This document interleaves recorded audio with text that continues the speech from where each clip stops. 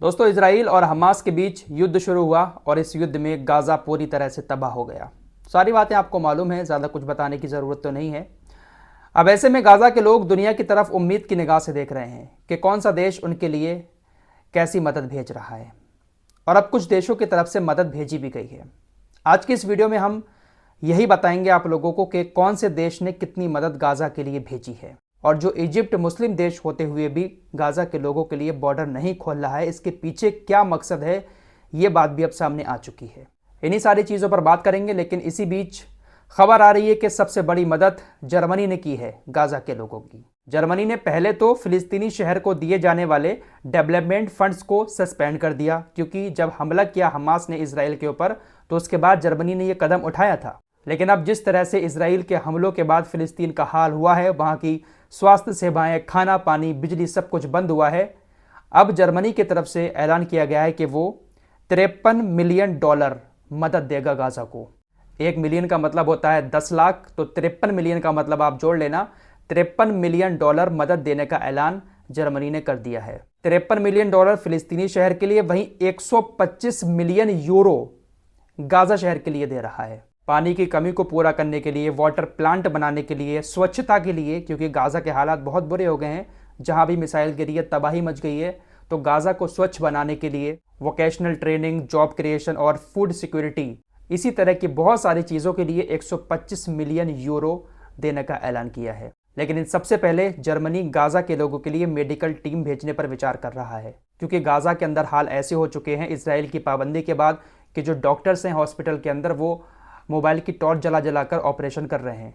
Anaesthesia ख़त्म हो चुका है, बिना नशे के ही न जाने किस तरह से वहाँ पर ऑपरेशन हो रहे हैं। स्वास्थ्य सेवाएं पूरी तरह से चरमरा चुकी हैं, लाइट है नहीं, बुरे हालात हैं। तो सबसे पहले मेडिकल टीम वहाँ पर भेजने का विचार जर्मनी कर रहा है। आपको बता दें, जर्मनी के विदेश मंत्री अन्नालेना बेरबॉक अरब देशों के टूर पर हैं। ये वित्तीय सहायता देने का ऐलान जो है वो उन्होंने जॉर्डन के अंदर से किया है। जर्मन विदेश मंत्री ने कहा कि हमारा संदेश साफ है, हम निर्दोष फिलिस्तीनी माताओं, पिताओं और बच्चों को नहीं छोड़ते। यानी खुलकर जर्मनी फिलिस्तीन के आम लोगों की सहायता के लिए आगे आया है। वहीं सऊदी अरब किंगडम ने गाज़ा के लोगों को $2 मिलियन मदद देने का ऐलान किया है। वहीं अगर यूएई की बात करें तो यूएई के प्रधानमंत्री राशिद अल मखदूम ने $20 मिलियन देने की घोषणा की है। वहीं अब कतर भी बढ़ चढ़कर गाज़ा की मदद के लिए आगे आया है, और कतर का एक जहाज 37 टन सामान लेकर मिस्र के अल एरिश पहुंच चुका है।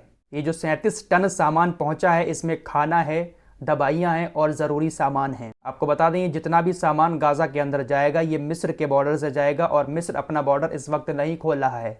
बताया जा रहा है कि तकरीबन 200 ट्रक लोड खड़े हैं। इन 200 ट्रक में तकरीबन 3000 टन सामान है जो गाज़ा के लोगों के लिए भेजा गया है देशों के द्वारा।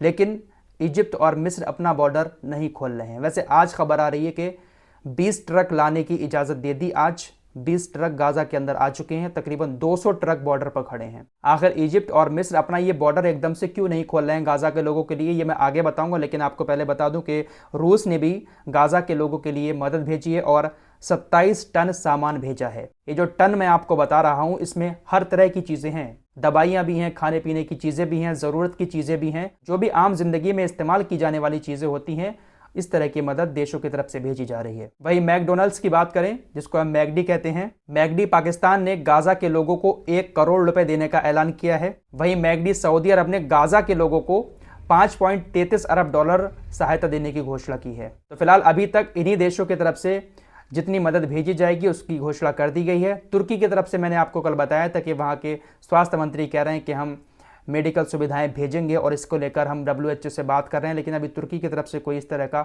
स्टेटमेंट सामने नहीं आया है। फिलहाल ये देश हैं जिन्होंने मदद को हाथ बढ़ाया है। लेकिन ये मदद गाज़ा के लोगों तक इजिप्ट के बॉर्डर से ही पहुंचेगी, लेकिन वो बॉर्डर खुल नहीं रहा है। आखिर क्यों नहीं खुल रहा है? इसको लेकर मिस्र के राष्ट्रपति अब्देल फतेह अल सीसी ने बताया कि हम गाज़ा के लोगों को अगर अपने देश पर एंट्री दे देते हैं तो इससे हमारे यहाँ पर शांति भंग हो सकती है, और इजराइल की ये बहुत बड़ी चाल है। इजराइल गाज़ा के लोगों से कह रहा है कि आप उस बॉर्डर की तरफ जाइए, और ऐसा माहौल बना रहा है कि ये मिस्र, इजिप्ट और जो जॉर्डन वगैरह हैं इस्लामिक देश, इन शरणार्थियों को अपने देश के अंदर पनाह दे दें। राष्ट्रपति ने कहा कि इजराइल फिलिस्तीनियों को स्थायी रूप से जॉर्डन और मिस्र के अंदर स्थापित करवाना चाहता है, ताकि वो आराम से गाज़ा पर फिर कब्जा कर सके।